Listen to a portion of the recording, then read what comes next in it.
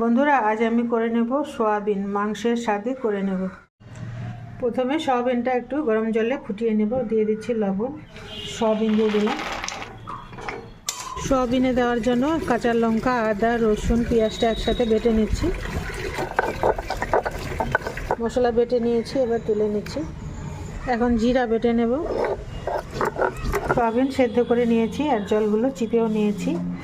এখন এর মধ্যে সব মশলা দিয়ে প্রথমে মাখিয়ে নেব। দিয়ে দিব জিরে বাটা, দিয়ে দিব কাশ্মীরি লঙ্কার গুঁড়ো, দিয়ে দিব রসুন, আদা, পেঁয়াজ, লঙ্কা বাটা, হলুদ গুঁড়ো, লবণ, দিয়ে দিব টক দই, দিয়ে দেব অল্প করে সরষের তেল।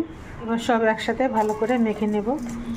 সব একসাথে ভালো করে মেখে নিয়েছি। এবার কিছুক্ষণ রেস্টে রেখে দিচ্ছি। আমি কড়াইয়ে সরষের তেল দিয়ে দিব, তেজপাতা, শুকনো লঙ্কা, গোটা জিরে, দারচিনি আর ছোটো এলাচ থেতো করে দিয়েছি। দেবো পেঁয়াজ কুচি, পেঁয়াজ ভেজে নিয়েছি। এখন দিয়ে দিব আগে থেকে মেখে রাখা সয়াবিন।